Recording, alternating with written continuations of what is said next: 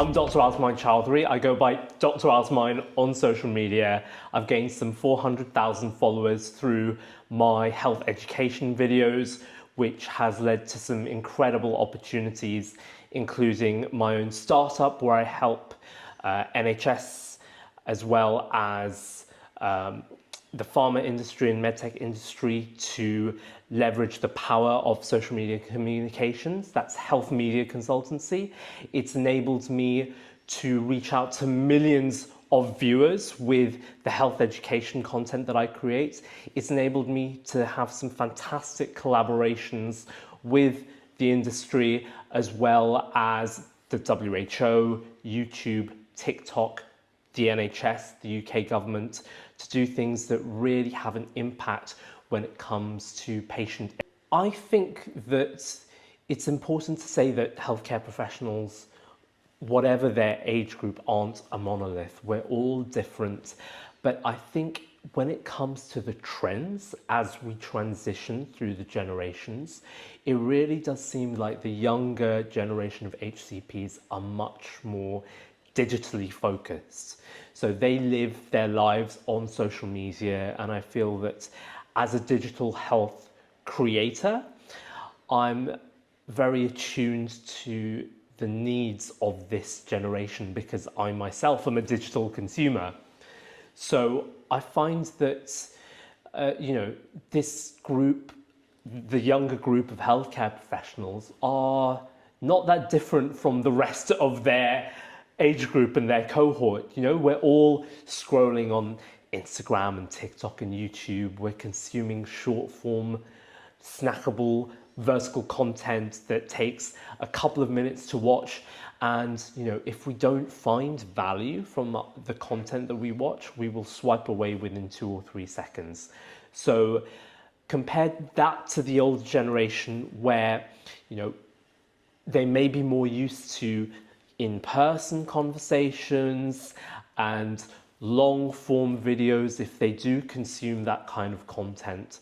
So maybe the attention span is a big difference, but also the demands on younger healthcare professionals are ever increasing, be that the portfolio that they have to maintain or being in competition with their fellow healthcare professionals to get jobs, which is something that I had to do recently to get a training place on a GP program.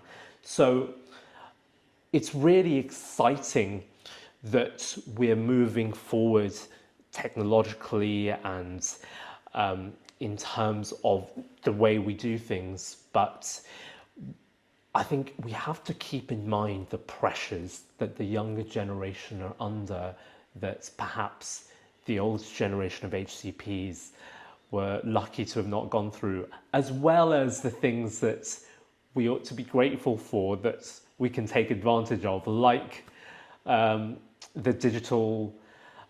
advance of digital communications.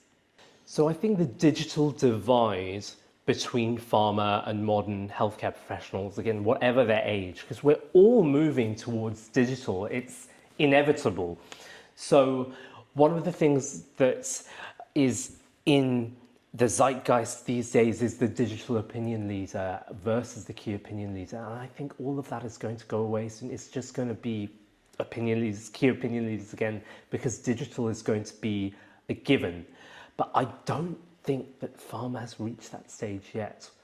I don't think that pharma yet considers digital to be a part and parcel thing within marketing. It's treated as its own separate box, whereas for myself, for other HCPs like myself, digital is our lives. We're constantly on our phones, we're constantly in our emails, and even meetings are now done via Zoom or Microsoft Teams. Everything in our lives is done digitally.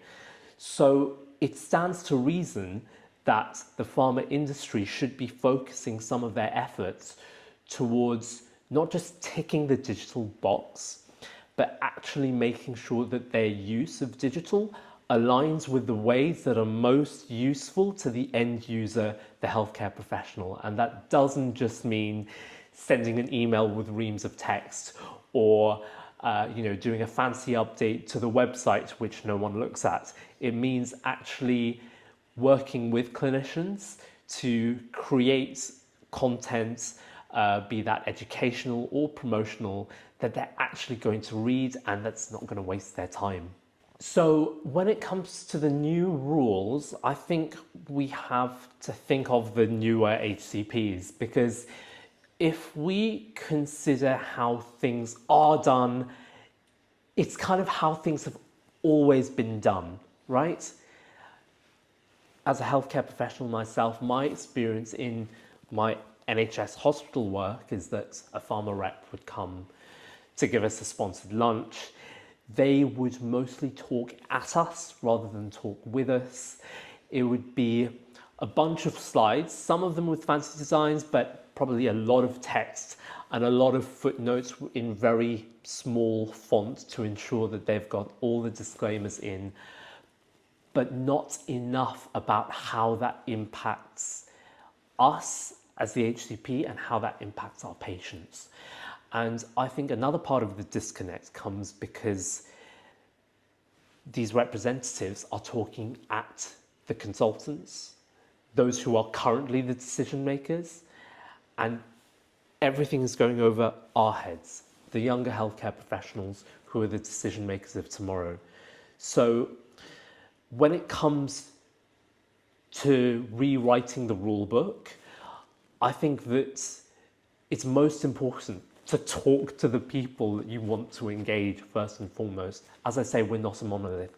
What I say may not be exactly true for someone else, but to have you to be speaking here means that I am getting my message across, that we need to be tailoring our communication strategies to various groups of healthcare professionals. And for the younger HCPs, that's most likely going to be short, snackable digital content that's going to engage them.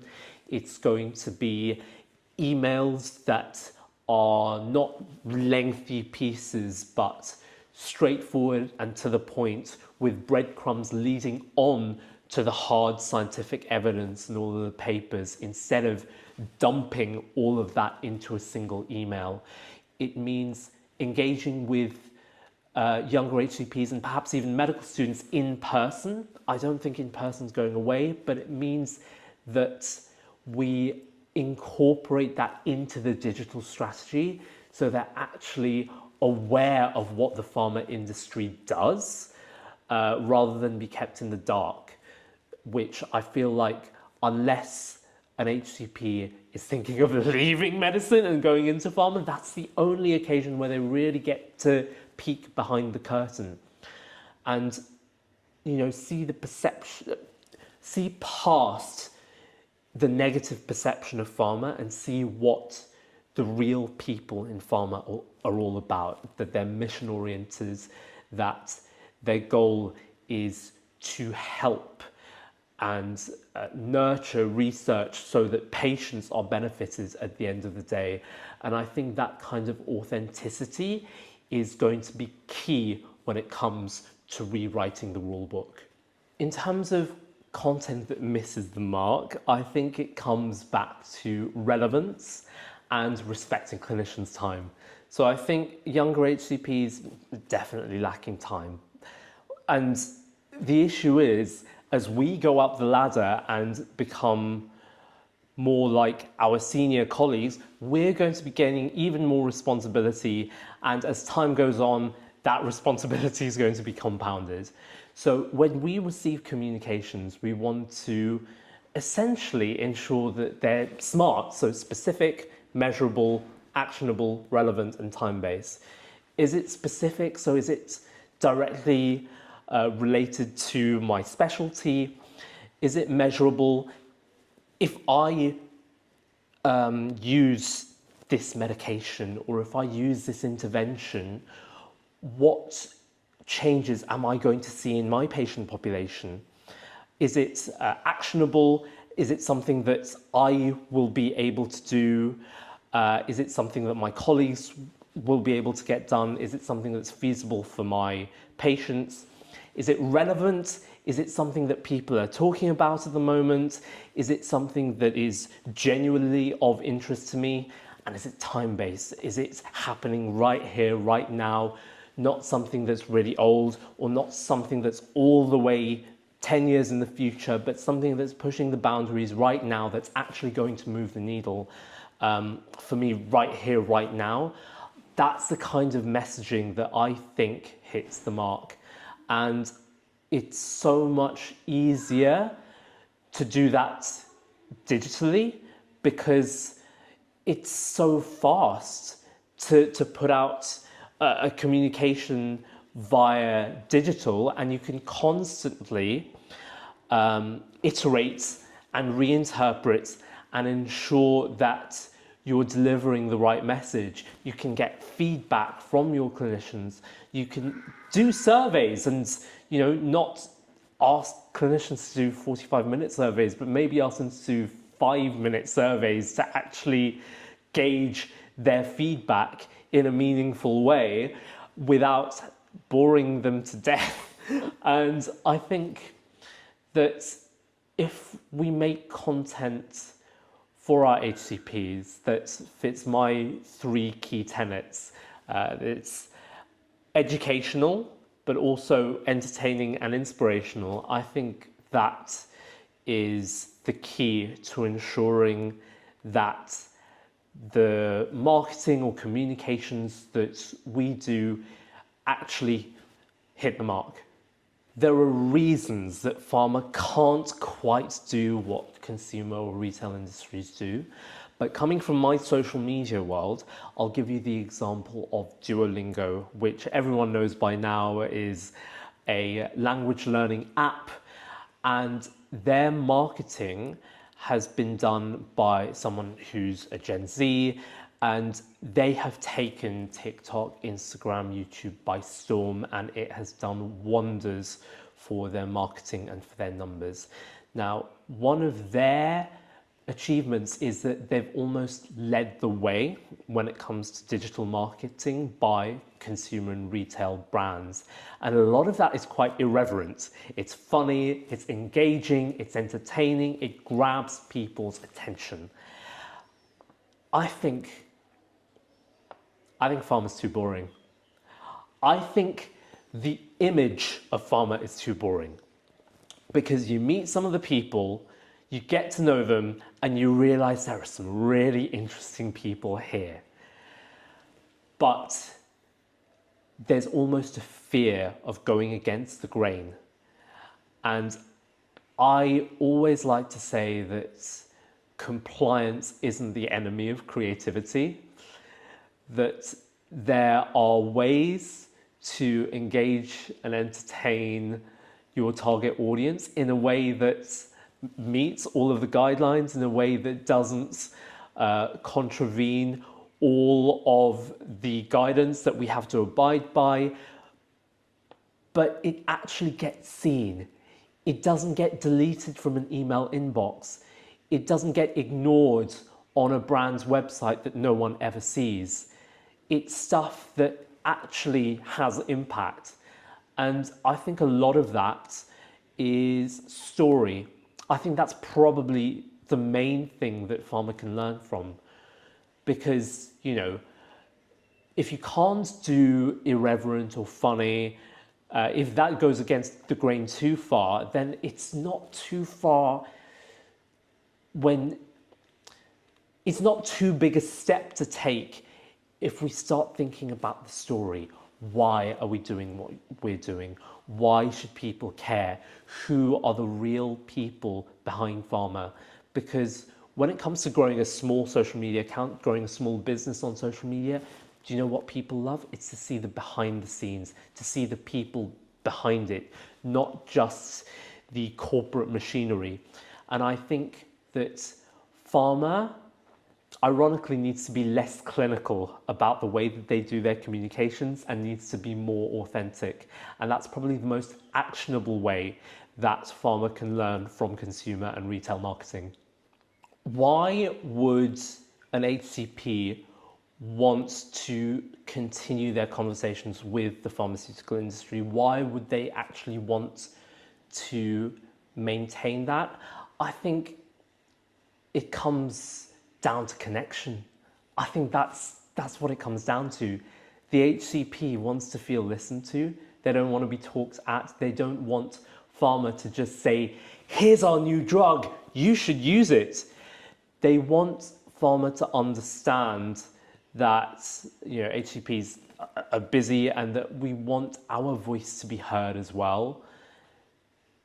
That comes down to communication after all. Like how do we connect with anyone? We listen to them, we listen to their stories, we get to know them, and not just as numbers or analytics, but as real people. So what I was saying before, it's not just about digital, it's about in-person as well. And it means giving HCPs the opportunity to meet the people who are making decisions on the other side, to ensure that pharma is no longer an ivory tower, to make the industry more accessible to the people that it's actually trying to serve, which is a bit ironic, to be honest, because consumer and retail, it's their dream to be authentic and relatable. We need to work together to make pharma more relatable. And I think that's the way that HCPs will want to maintain that connection. So I would ask them to consider the why behind their messaging and communications. So when you're putting something out there into the world, what is the motive behind it? Is it industry-centric or is it HCP and patient-centric? Because if it's HCP-centric, then it will take note of HCP's needs. And those needs are a lack of time, a desire to connect to the industry and to understand why this particular intervention matters, to understand the people behind it, to understand their mission and to find some alignment and connect with them on a human level and say, we're working towards this mission together to improve patients' health. And when it comes to patients, maybe the HCPs and the industry can work together in creating content that's patient-centered, because when the pharma industry is creating these fancy glossy campaigns that are aimed at patient awareness, it might be losing the touch of the HCP that actually sees the patient at their worst and understands what they're going through. To have that co-creation, I think, is going to be vital when it comes to moving forward. So I think that's what I'll say is what the pharma industry needs to do tomorrow. It's an interesting question. In terms of rewriting how pharma and HCPs engage with each other, I think it's going to take a while to rewrite those rules, because I don't think that things are going to shift overnight. I think that it's going to come through talk. I think the next stage of communication and engagement between pharma and HCPs is simply going to come from pharma and HCPs being in the same room and talking to each other, so that one understands the needs of the other, because I think there's just not enough understanding of either side, because a lot of the pharma industry, they aren't healthcare professionals themselves, and HCPs aren't pharma professionals. So I think if we're going to truly have engagement, we need to have understanding, and that means coming together, talking to each other and seeing what it's all about. Because words like commercial and medical and digital really don't mean much to an HCP.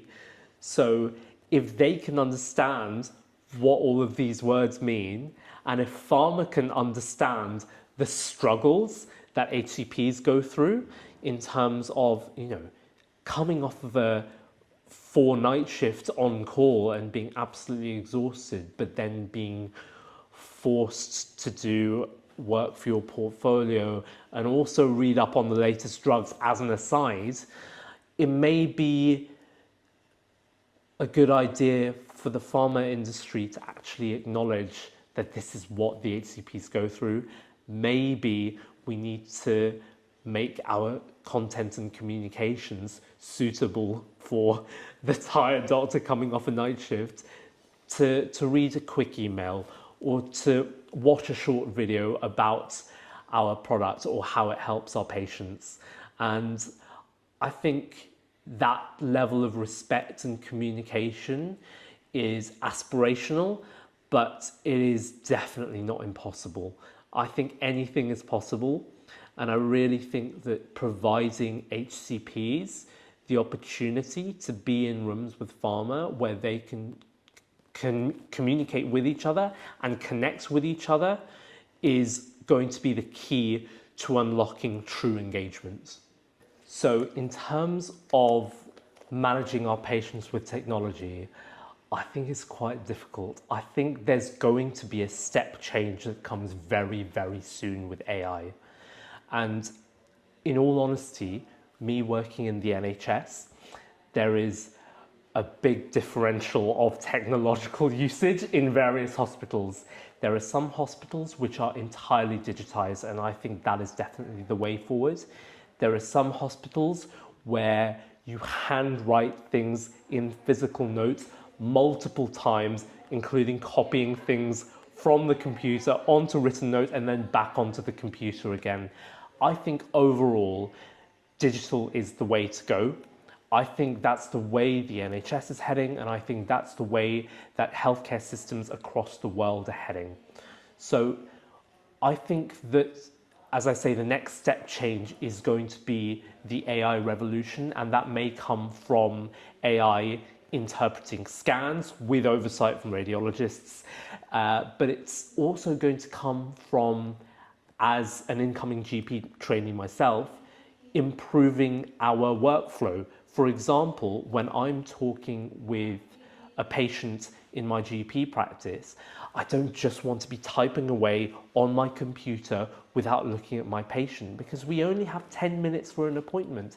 It's not enough time to document everything, enact the plans, and actually practice good patient-centered care. So if AI can help us with the documentation, then that's just one less burden for the HCP to worry about, and it's a way for us to ensure that we are doing proper patient-centered consultations. So I think AI is going to be the big step forward, and